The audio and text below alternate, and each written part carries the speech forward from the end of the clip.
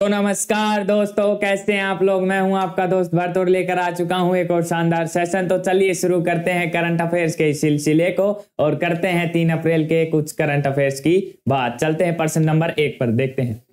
हाल ही में उत्तर प्रदेश के कितने उत्पादों को जेआई टैग दिया गया है, कितने प्रोडक्ट्स को जेआई टैग दिया गया है। पहले हम जेआई टैग के बारे में जानते हैं। जेआई टैग होता क्या है? किसी भी क्षेत्र के नाम से कोई भी चीज मशहूर है, जैसे कि मथुरा, एग्जाम्पल के लिए हम ले लेते हैं मथुरा के पेड़ हैं, हाल ही में उन्हें जेआई टैग मिला है पेड़ों पर मथुरा को। तो मथुरा के पेड़ों पर मथुरा मशहूर है। इसी तरह अगर कोई चीज किसी क्षेत्र के नाम से मशहूर होती है तो उसे जेआई टैग दिया जाता है। तो अभी हम जानते हैं उत्तर प्रदेश के कितने प्रोडक्ट्स को जेआई टैग दिया जा चुका है। तो ऑप्शन बी इसका सही आंसर हो जाएगा 15 प्रोडक्ट्स को जेआई टैग दिया जा चुका है उत्तर प्रदेश को। और जियोग्राफिकल इंडिकेशन एक्ट 2003 का मतलब इशू कब हुआ था? ये 2003 को जो हमारा जेआई टैग है वो इशू हुआ था। और जेआई टैग है जो सबसे पहले दिया गया था वो किसको दिया गया था? दार्जिलिंग टी को दिया गया था 2004 में। सबसे पहले कब दिया गया था? 2004 में दिया गया था दार्जिलिंग टी को दिया गया था। ठीक है, दार्जिलिंग चाय को दिया गया था। इट गिव्स 10 ईयर ओनली, ये 10 साल के लिए दिया जाता है, फिर रिन्यू करवाना पड़ता है। तो यूपी सबसे ज्यादा जेआई टैग वाला हमारा राज्य बन गया है। यूपी है जो सबसे ज्यादा जेआई टैग है, उसके पास टोटल है 69 जेआई टैग है। कितने टैग्स है? जेआई टैग 69 जेआई टैग है। और सेकंड नंबर पर हमारा तमिलनाडु है 58 जेआई टैग्स के साथ। तो चलिए बढ़ते हैं अगले प्रश्न की ओर, देखते हैं अगला प्रश्न। जुडिथ सिमानोव टुलुका किस देश की पहली महिला प्रधानमंत्री बनी है? पहली महिला प्रधानमंत्री बनी है तो ऑप्शन बी इसका सही हो जाएगा कांगो की जुडिथ सिमानोव टुलुका पहली प्रधानमंत्री बनी है।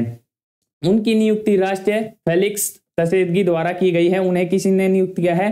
उनके राष्ट्रपति ने किया है फेलिक्स त्शेद्गी ने, जो कि कोंगो के राष्ट्रपति है। और राजधानी जो कोंगो की है वो क्या है?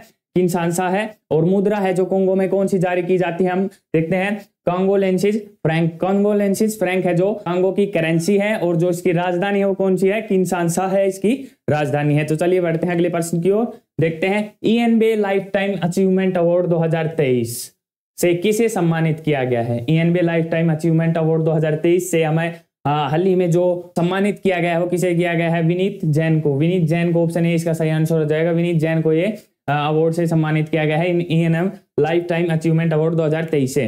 ठीक है, यह पुरस्कार कब दिया जाता है, क्यों दिया जाता है?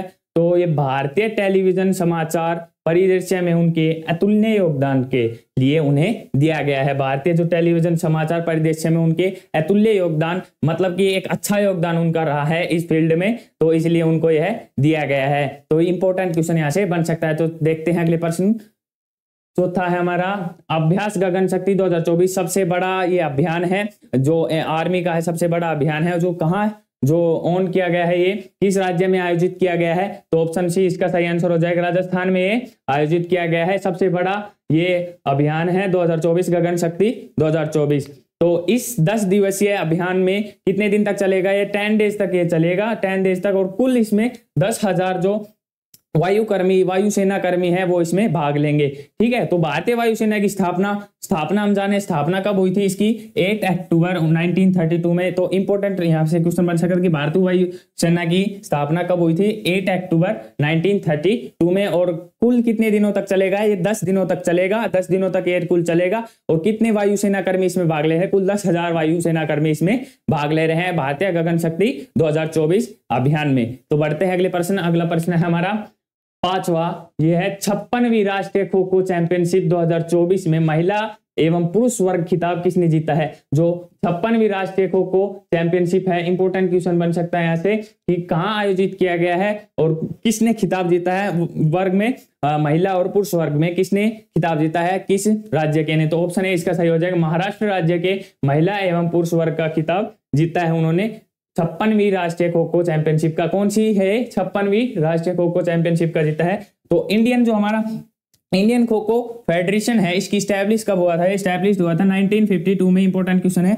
और हाई क्वार्टर इसका जो है हाई क्वार्टर है न्यू दिल्ली में स्थित है। कहाँ है? इसका है न्यू दिल्ली में स्थित है। कहाँ है? न्यू दिल्ली में। और 1955 में ये स्टैब्लिश हुआ था। और चेयरमैन है सुधांशु मित्तल जी है। इसके चेयरमैन कौन है? हमारे सुधांशु मित्तल जी है। तो चलिए अगला प्रश्न देखते हैं। नहीं, इसके बारे में जान लेते हैं। पहले हम 56वीं राष्ट्रीय खो खो चैंपियनशिप 2023 से 24 का आयोजन दिल्ली के कहाँ हुआ था? 2 स्टेडियम्स में हुआ है। 2 स्टेडियम्स हो, पहला कहाँ हुआ था? पहला जानते हैं, दिल्ली के कर्नल सिंह स्टेडियम में। पहला कहाँ हुआ था? दिल्ली के कर्नल सिंह स्टेडियम में हुआ था। और सेकंड हुआ था वो कहाँ हुआ था? इंदिरा गांधी इंडोर स्टेडियम है, वहां हुआ था। पहला हुआ था दिल्ली के कर्नल स्टेडियम में और दूसरा था इंदौर के इंदिरा गांधी स्टेडियम में हुआ था। 2 जगह हुआ था। तो यहाँ से इंपॉर्टेंट क्वेश्चन बन सकता है कि कहाँ हुआ था और कब हुआ था, इसको स्टैब्लिश कब हुई थी और मतलब इसका चेयरमैन कौन है।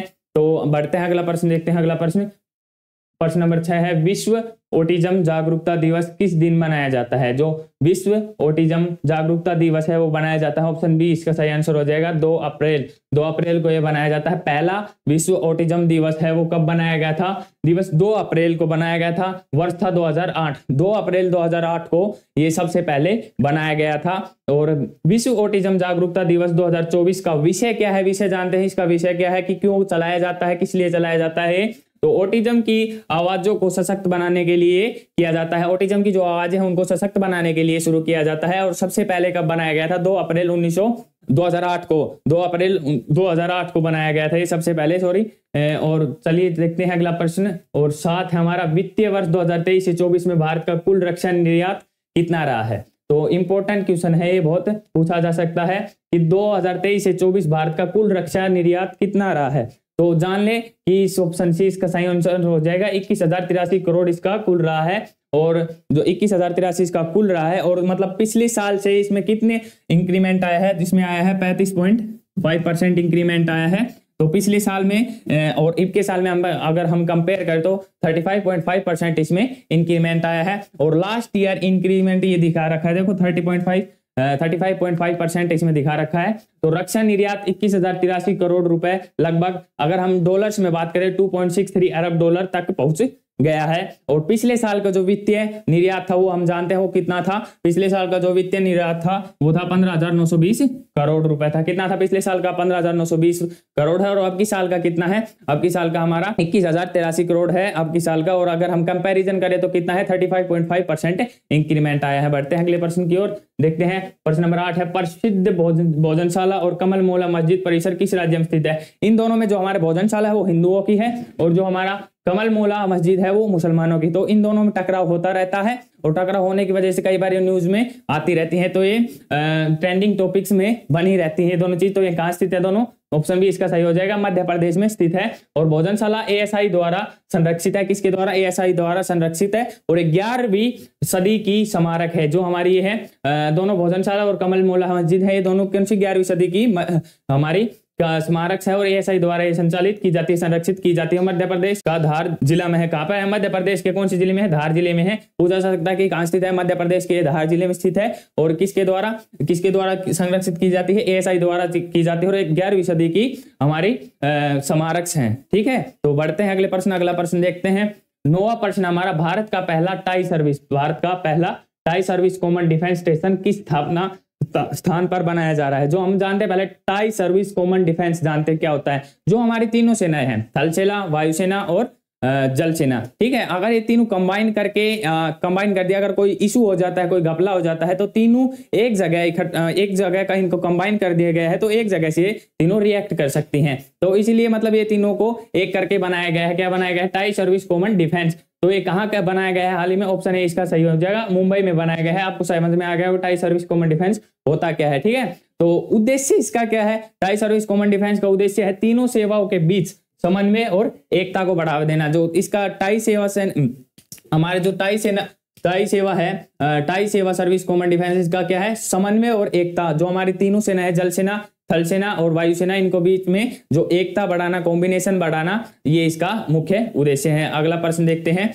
अगला प्रश्न है, पेरिस ओलंपिक के लिए क्वालिफाई करने वाला एकमात्र भारतीय भारोत्तोलक कौन बना है? तो ऑप्शन ए इसका सही हो जाएगा, मीराबाई चानू पहली हमारे भारतीय ओलंपिक के जो पेरिस में ओलंपिक हो रहे हैं उनके लिए क्वालिफाई करने वाली पहली भारतीय महिला बनी है। ठीक है, पहले भारतीय आलोकक बने हैं। और जो थाईलैंड थाईलैंड के फुकेत में आयोजित IWF विश्व कप 2024 में पूछा जा सकता है कहाँ किया गया है, पेरिस में है। और जो आयोजित है IWF विश्व कप 2024 में ग्रुप बी में तीसरा स्थान था इनका।